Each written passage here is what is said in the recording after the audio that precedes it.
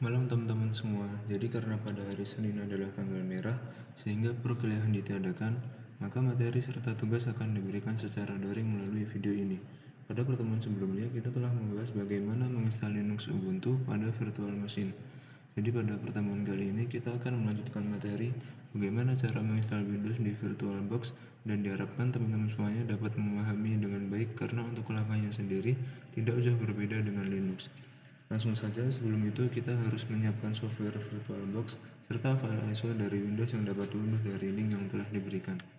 Sebelum kita menginstal Windows, maka kita perlu membuat virtual machine baru terlebih dahulu. Dan pada bagian folder serta ISO image kita kosongkan saja. Lalu pada bagian tipe kita isi dengan Windows, dan pada bagian version kita isi dengan Windows 7 64-bit sesuai dengan file ISO yang telah diunduh sebelumnya. Pada bagian resource, kita bisa menggunakan nilai default ataupun dapat menambahkannya secara manual.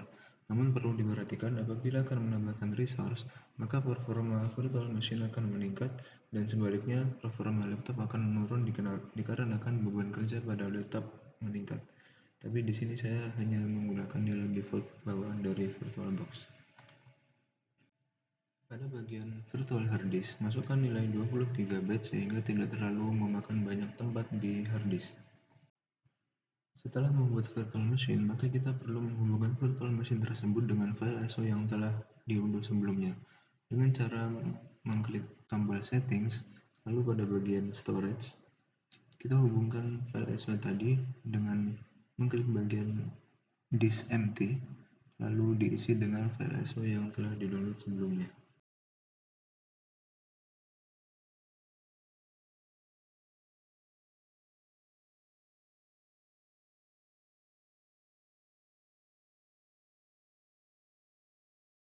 Setelah menghubungkan file ISO, maka kita bisa mulai menjalankan virtual machine dan melakukan proses instalasi Windows.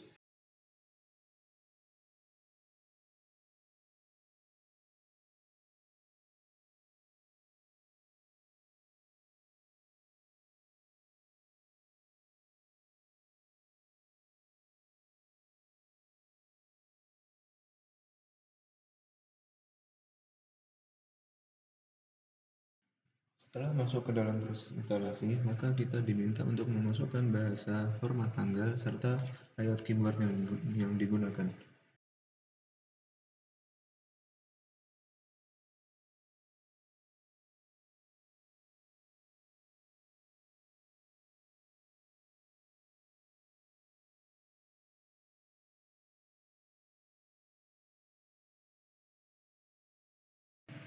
Setelah memasukkan konfigurasi bahasa, maka kita diberikan pilihan untuk menjalankan proses instalasi.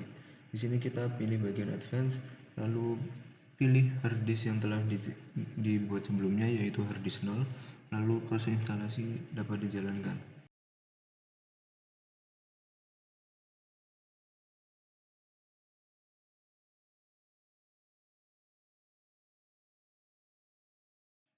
Di tengah proses instalasi, virtual machine akan melakukan restart secara sendiri dan hidup kembali, dan itu adalah proses yang normal sehingga cukup ditunggu hingga selesai. Setelah proses instalasi selesai, maka kita diminta untuk memasukkan nama user serta nama PC yang akan kita gunakan.